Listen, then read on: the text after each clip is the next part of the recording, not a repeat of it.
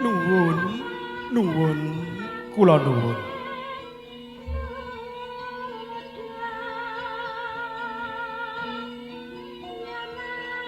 Assalamualaikum warahmatullahi wabarakatuh.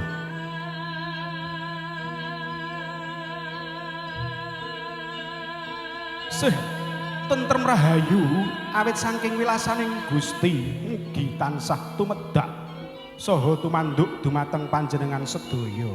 Dalasan kula waratin sagung dumadi.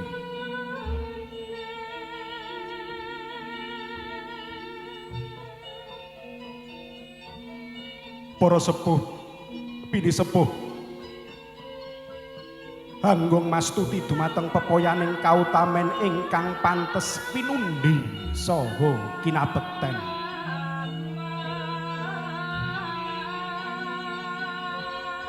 Para alim, para ulama, saha para kiai ingkang tansah sumandhing kitab suci wahyuning Ilahi.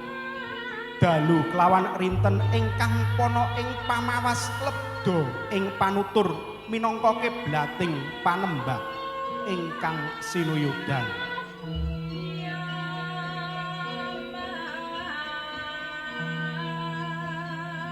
Para priagung daraing nata, para sarjana sujananing budi, para satriya-satriyaning negari, para pangemban pangembating praja ingkang minangka pandam panduming kawula dasih ingkang pantes aturan sagunging pangurmatan.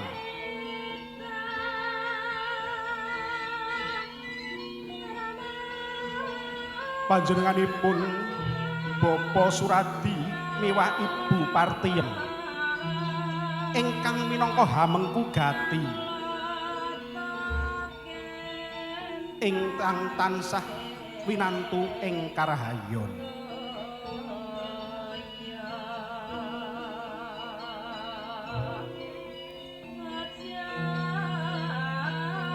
Panjenenganipun Bapa Mas Ad miwah Ibu Giarti saha para kadang pisan sak pangombyong ingkang mijil saking laladan Lemah Ireng Tegal Sari ingkang tansah mahambek luhuring budi.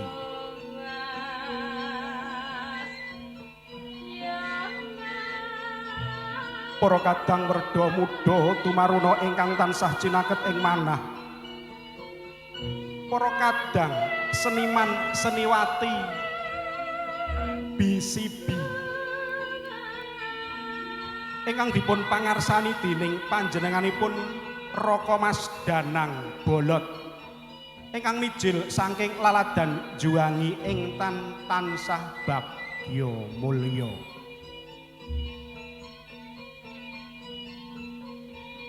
Para tamu kakung miwah putri ingkang dahat kalingga murdaning agrami.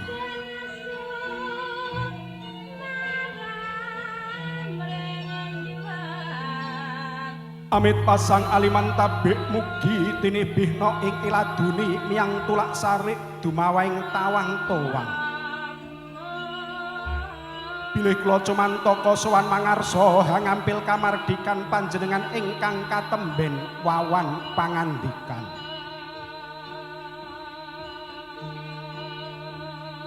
Mradapa awit saking keparingipun Bapa Suradi miwah garwa. Kula pun Supriyanto ingkang piniji hanjejeri minangka pambiwara keparenga hambuka wiwaraning suka wenanging wicara duaraning kandha.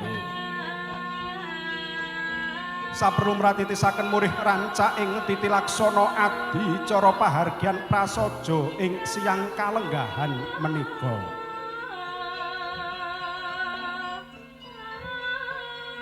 Sumangga kula dherekaken sesarengan manengku puja astawa puji hastuti wonten ngarsaning Gusti ingkang Maha Suci.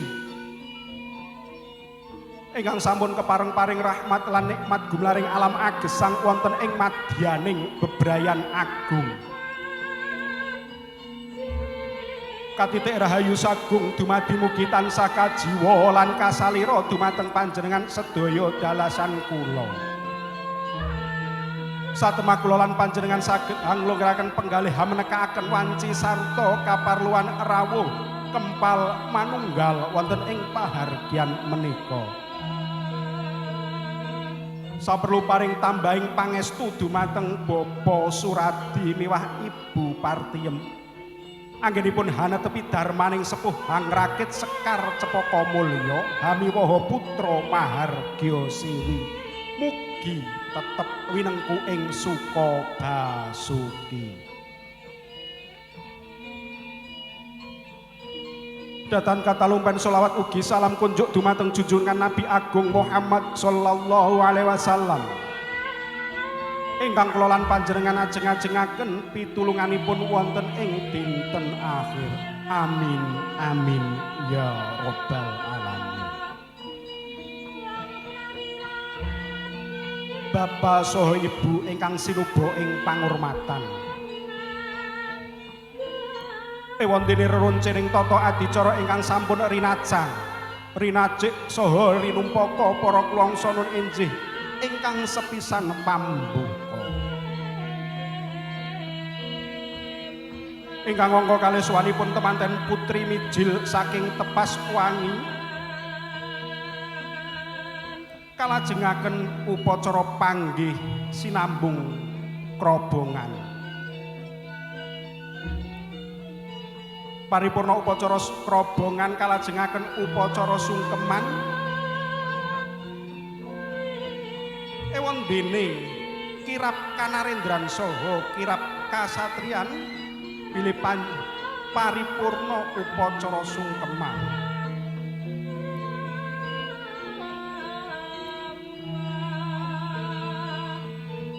Minangka jangkeping acara ing siang menika nun injih hastungkara purna utawi doa panutup. Menika rantamaning adicara ingkang badhe kalampah.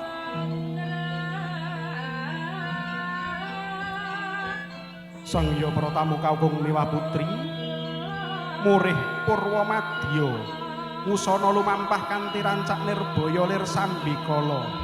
Sumangga tinarbuka kalian umul kitab sesarengan. Mugi-mugi kanthi umul kitab acara ing siang menika lumampah kanthi rancak nirbaya lir sambikala. Al-Fatihah. A'udzubillahi minasyaitonir rajim. Bismillahirrahmanirrahim.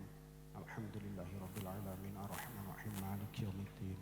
Iyyaka na'budu wa iyyaka nasta'in ihdinas siratal mustaqim siratal ladzina an'amta 'alaihim ghairil maghdubi 'alaihim waladdallin. Amin. Matur sembah nuwun kanthi umul kitab mugi estu handayani lumampah kanthi rancak kalis ing rupida.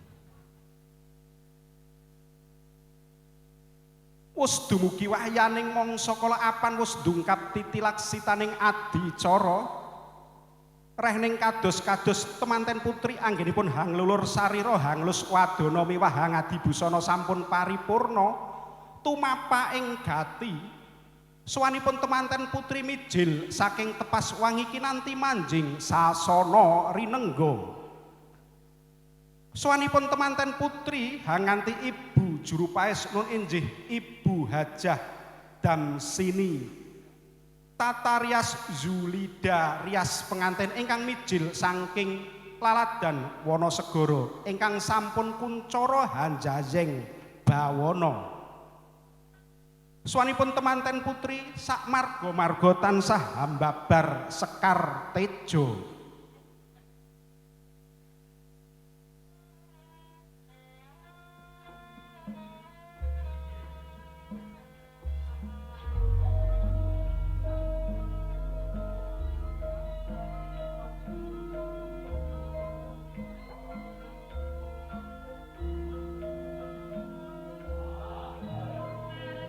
Anyar kara kinarya rengganing jagat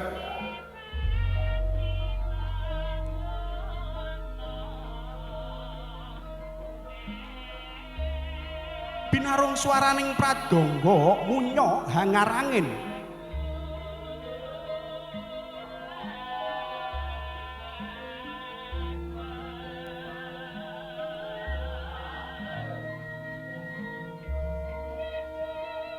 Hanyarengi sang Bagaskara datan nyamburat nyumunurai bumi manuk popodang kumandang.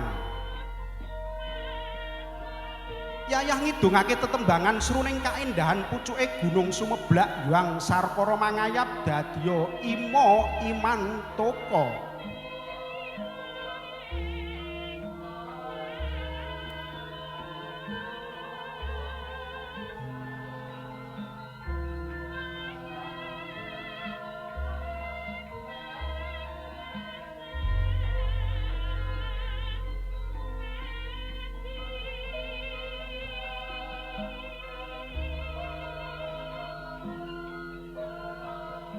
Ananging kaendahan kala wau kasor marang tejaning sang penganten putri ingkang mijil saking tepas wangi kinanti manjing sasana rinengga.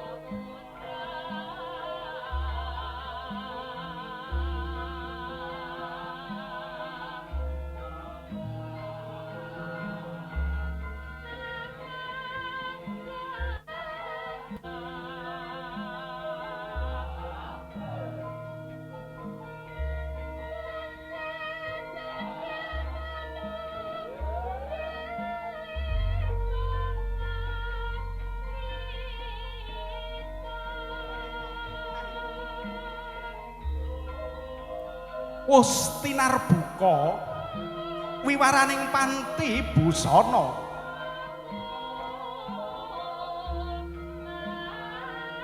Katitik katiuping ganda mangambar arum.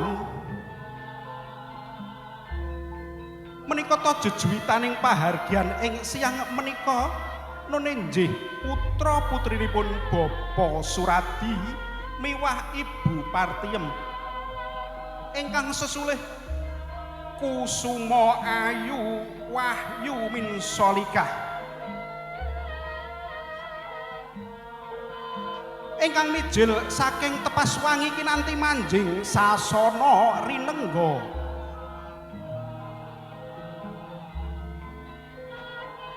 tepas ateges panggenan wangi wus ngarani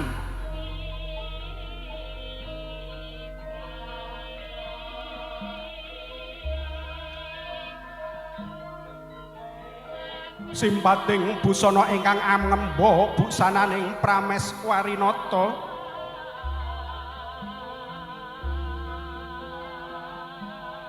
Tinon Mandrawa ampyor mompyor pating glebyar panting pancorat katepuk pandam kurung ingkang hangrenggani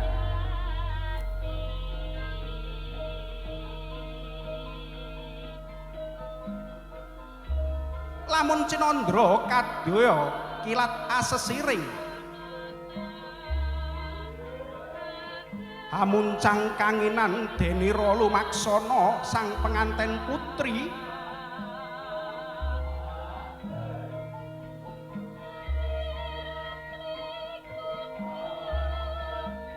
membat madya lumenggang ing warih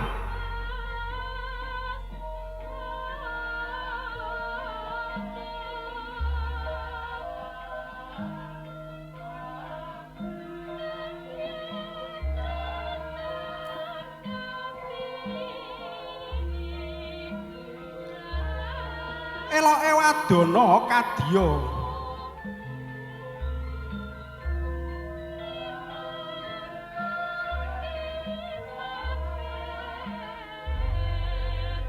sunaring netrane handamar kanginan wewening pranaja singset kepatet ing ageman pindho cengkir gading dipingit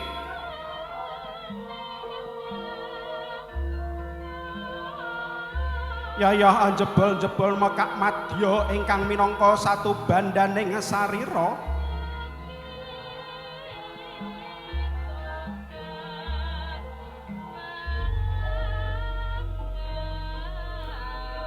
kicating padha katon pating glebyar dening rengganing cenala ingkang tineretes ing Susatya Nawaretna ginanta candrane kadya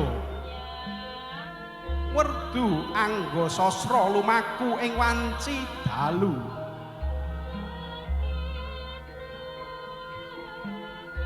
lulus raharja suwanipun temanten putri lenggah anggana raras tegesipun lenggah piyambakan hangrantu laksitaning adicara saklajengipun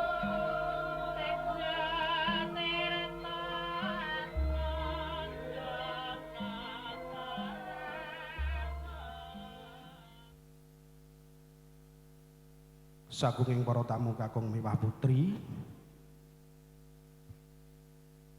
temanten putri sampun lenggah anggana raras kalajengaken upacara panggih keparenga Ibu Hajah Damsini mratitisaken lampahing upacara panggih binarung ungeling kodhok ngorek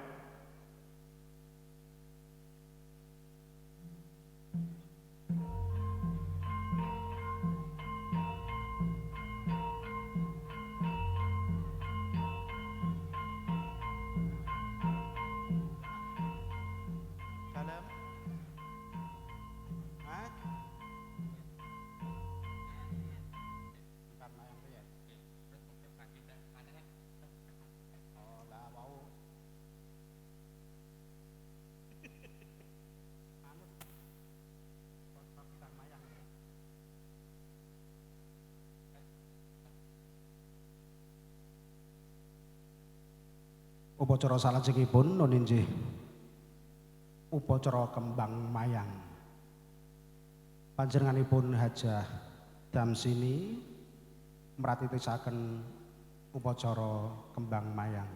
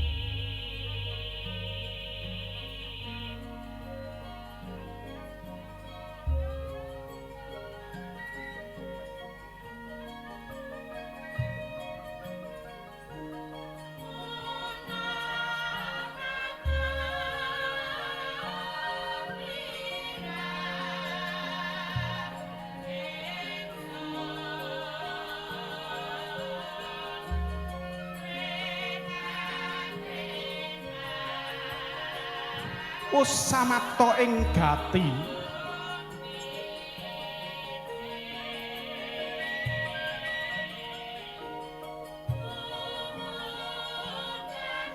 temanten kakung sigra jengkar saking wisma palereman kinanti manjing sasana pawiwahan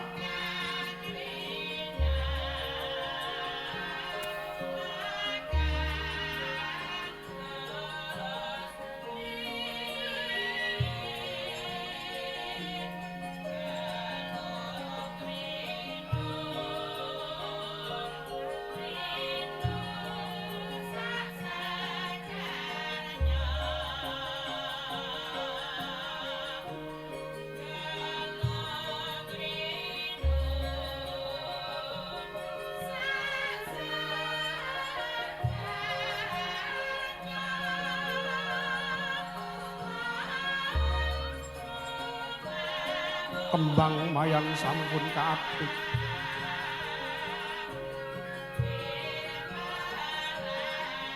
panjenenganipun temanten putri ingkang sesulih kusuma ayu wahyu min solikah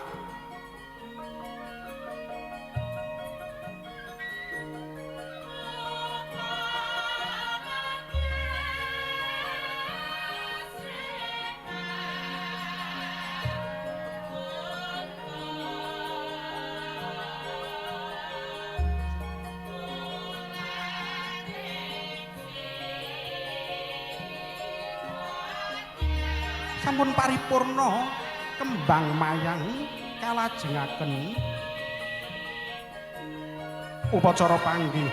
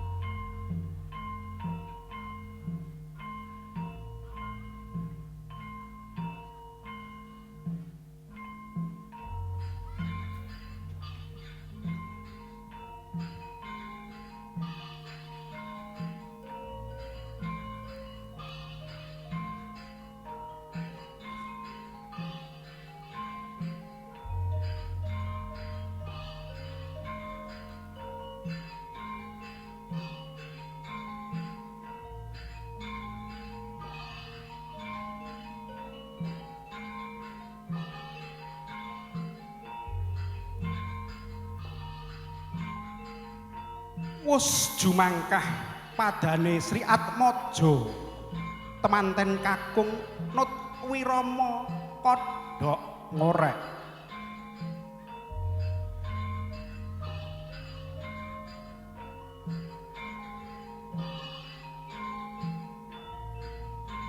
kaapit Rama lan Ibu sansaya dangu sansaya cetha sansaya caket sansaya ngalela menika ta pranyata tejaning penganten kakung ingkang sesulih Bagus Sugeng Prasetya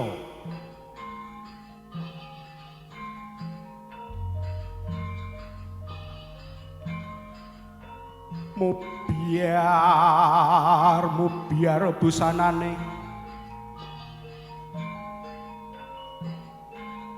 ingkang angemba busananing Narapati lamun kadulu katon agung mrabu mewah Prabawa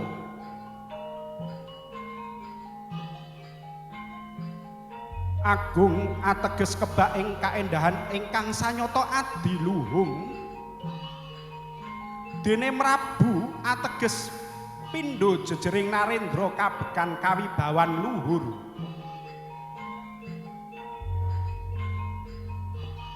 Prabawa ateges Sinung Prabawa edi endah milangoni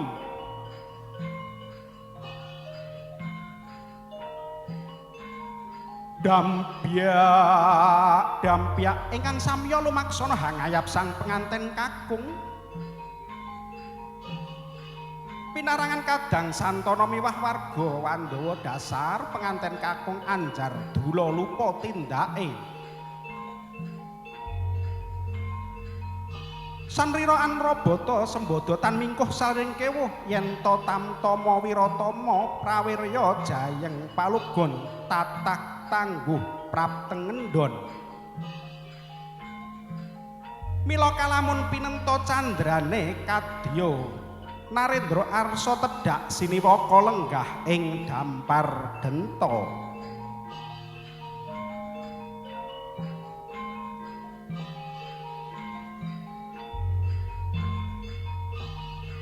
Rep sidem permanem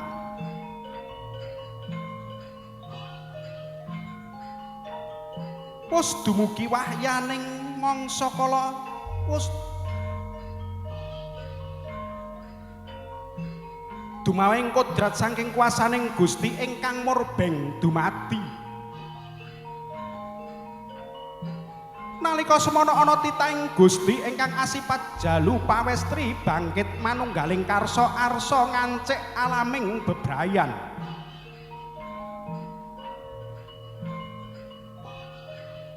Hanetepi adat widi widana ingkang sampun sinengker nun enjih upacara panggih. Panggih ingkang mengku werdi pangudi gambuing penggalih. Lonan tindak ira Sri penganten kekalih tumuli apagut tinggal tepu ing catur netra. Mahanani manunggaling karsa ginugah rasane hamung sayoga kang cinipta antuka bagya mulya donya tekaning delahan. Sansaya caket tindak ira Sri penganten kekalih tumuli kumlawe astane Hambalang gantalan pring penganten kakung ingkang winastan gundang kasih. Semanten ugi temanten kakung gumanti hambalang gantalan pring penganten ingkang winastan gundang tutur.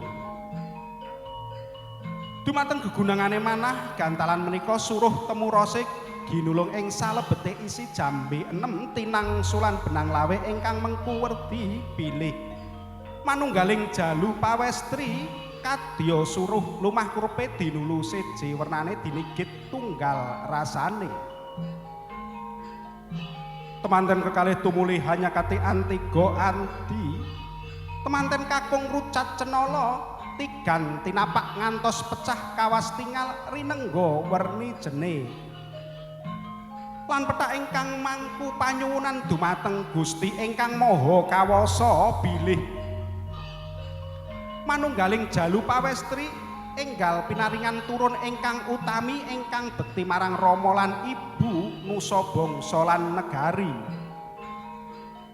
Temanten putri tumuli lenggah saha amiciin sampanipun keng garwa gegambaraning watak satya lan kamawula ingkang sinandhang penganten putri. Paripurna hamicisan paranipun keng garwa asta kelakalih kalanting kajumangkahaken jajar sisih kiring pralampita bilih kekalihipun sampun siyaga lumampah sesarangan mangun bale wisma tansah matan kardi lampahing gesang bebrayan.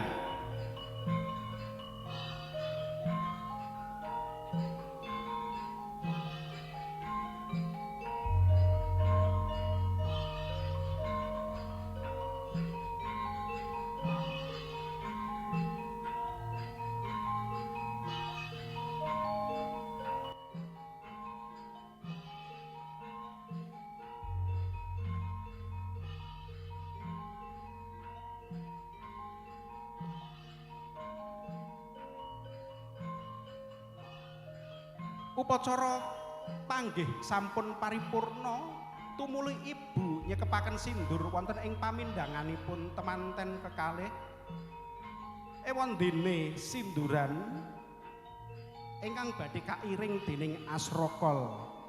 Ewondene pangarsa Asrokol panjenenganipun Bapak Muhammad Saifuddin. Panjenenganipun Bapak Muhammad Saifuddin sasana sumangga. Keparenga para tamu kakung miwah putri jumeneng saantawis saperlu paring pangurmatan dumateng pengantin sarimbit.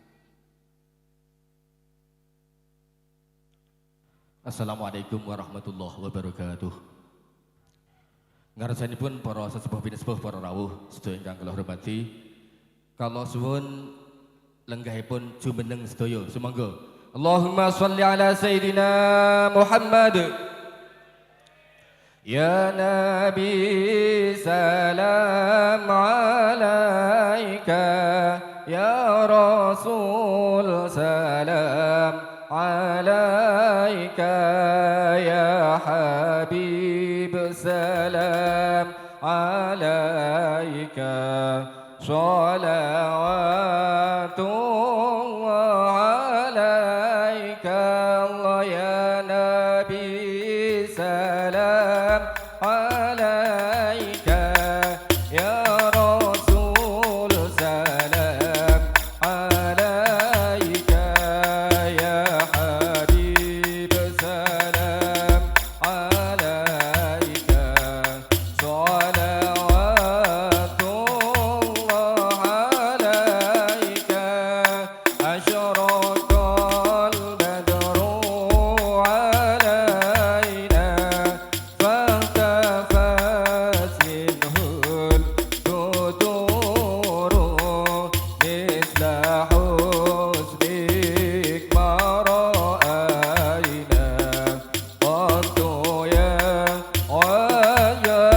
sururi, Allah ya Nabi salam alaika, ya Rasul salam alaika, ya Habib salam alaika, salawatullah alaika, anta syamsun anta badrun anta nurun fawqa nuri, anta iksiru ghadi, anta misbahu suduri, Allah ya Nabi salam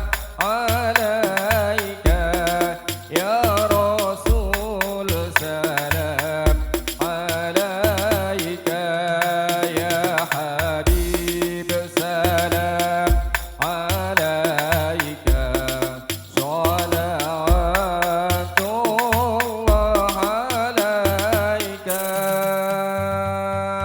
Sallu ala Nabi Muhammad. Allahumma salli ala Sayyidina Muhammad wa ala ali Sayyidina Muhammad Sayyidil awwalin wal akhirin wa sallim wa radiyallahu tabaraka wa ta'ala an kulli sahabati Rasulillahi ajma'in. Alhamdulillahi rabbil alamin, hamdash syakirin hamdan na'imin, hamdan yuafi ni'amahu wa yukafi'u mazidah. Ya Rabbana lakal hamdu kama yanbaghi li jalalika wa jal karim wa 'azimi sultanik.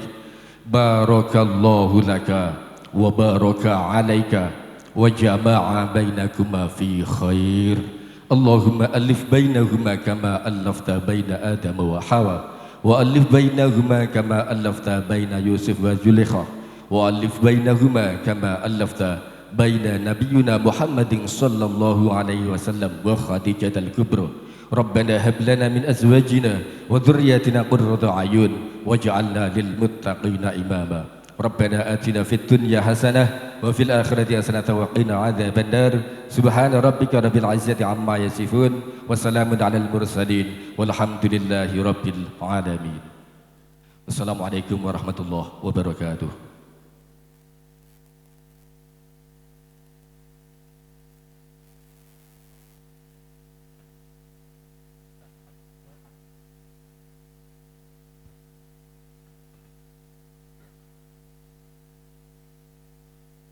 Upacara salajengipun nuninjih krobongan pramila kanthi menika upacara krobongan pinarung ungelering laras moyo.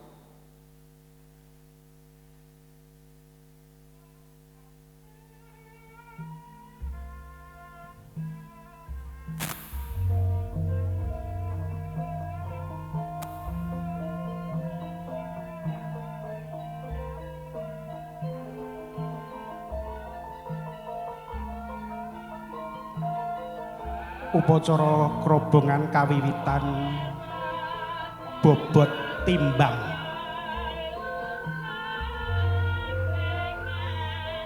Ingkang rama lan ibu lenggah wonten ing dampar rinengga.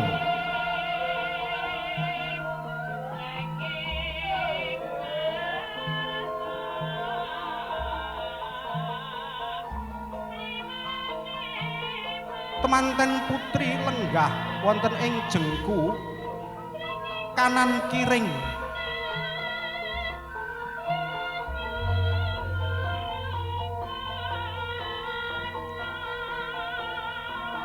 Tumuli ibu atur panyaruwe ingkang suraisipun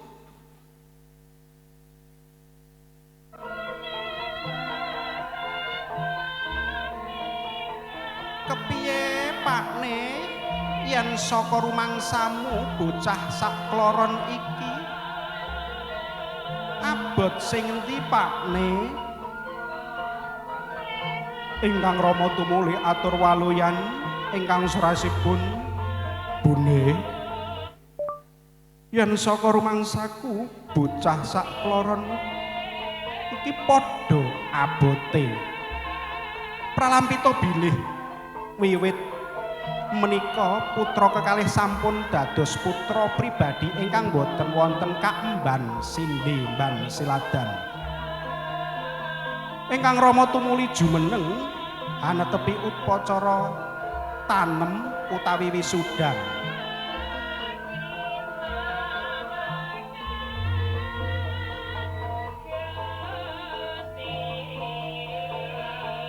Nedahaken bilih jejering tiang sepuh tansah manggenaken papan utami tumrap putra putrinipun.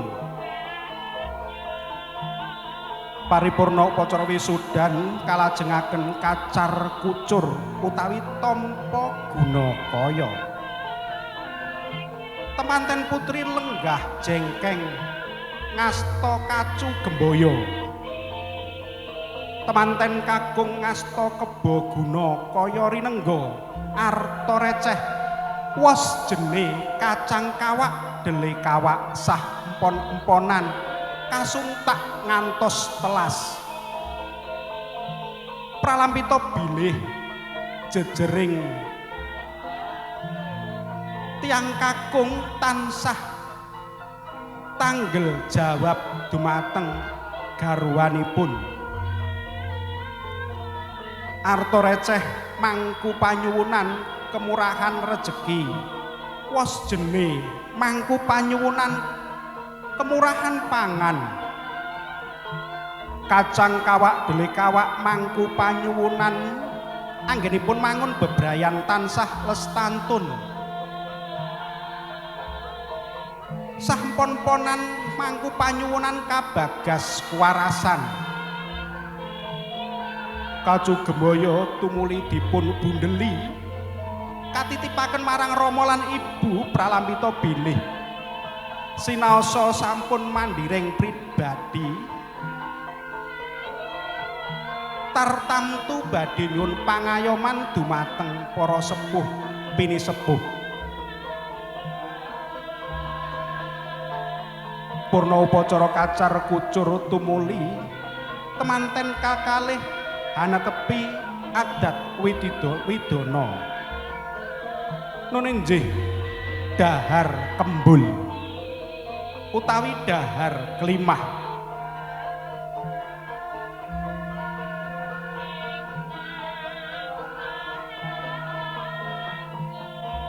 Temanten kekalih dahar sesarengan ingkang kadahar winastan sekul rending nedahaken bilih sedaya lelampahan bagya mulya salaminipun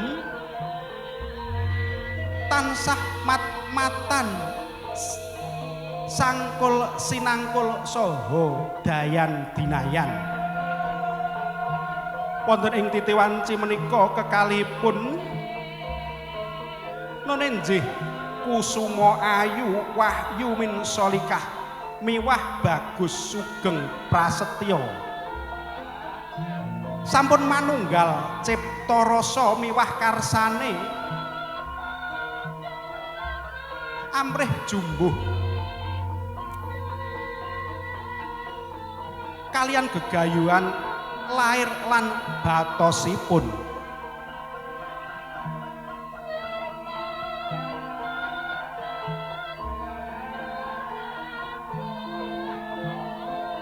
paripurna upacara dahar kembul temanten kekalih tumuli ngunjuk toya wening pralampita bilih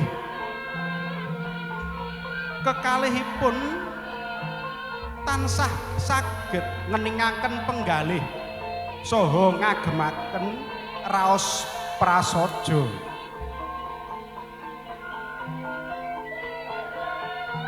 sang iya para tamu kakung mewah putri upacara panggih saha upacara krobongan sampun paripurna upacara salajengipun nun injih upacara sungkeman keparenga temanten putri nglolos duwungipun temanten kakung langkung rumiyin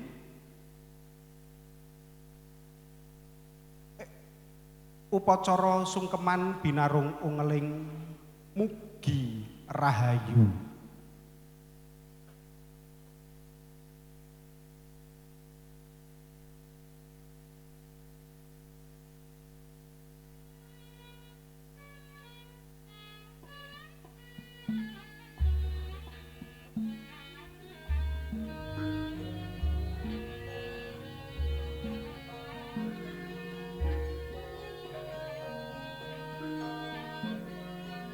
sampun kapireng ramat ungeling mugi rahayu asong panjurung sungkem pangebektenipun kusuma ayu wahyu min solikah miwah bagus sugeng prasetya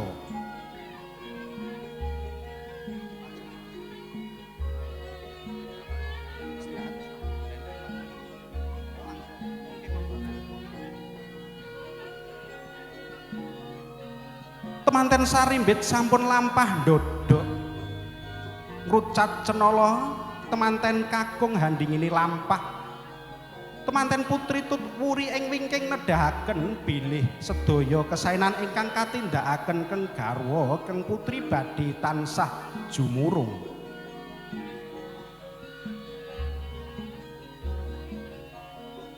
wus sumembah ndodok ing pranaja tumungkul komjen ing bantala wadanane temanten kekalih kadya sinendal sendal raos ing galih datan bangkit hangrakit ukara kang ginanta perkara cacah 3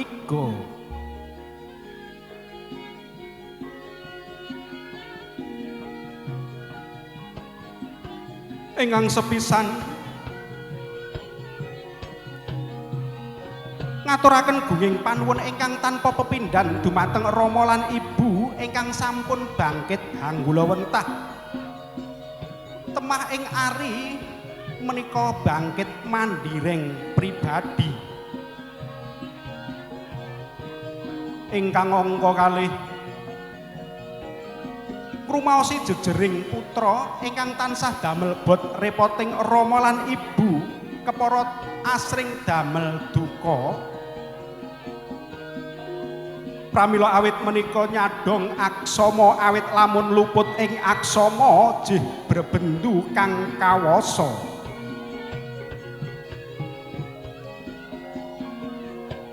ingkang angka 3 nyuwun pangestu ingkang hanulat lekasing Rama lan Ibu ingkang sampun kasdu hambrat reridu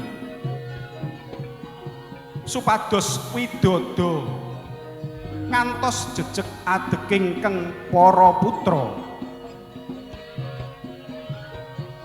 tumetes waspanipun Rama lan Ibu datan dupi kraos hanampi sungkem pangabektenipun temanten kekalih den arasi panglarapan saha pangrasanipun kanan kiring kanthi kebaing raos asih nuhung sawiji kang kaesti paring pangastuti mring Dwi Siwi.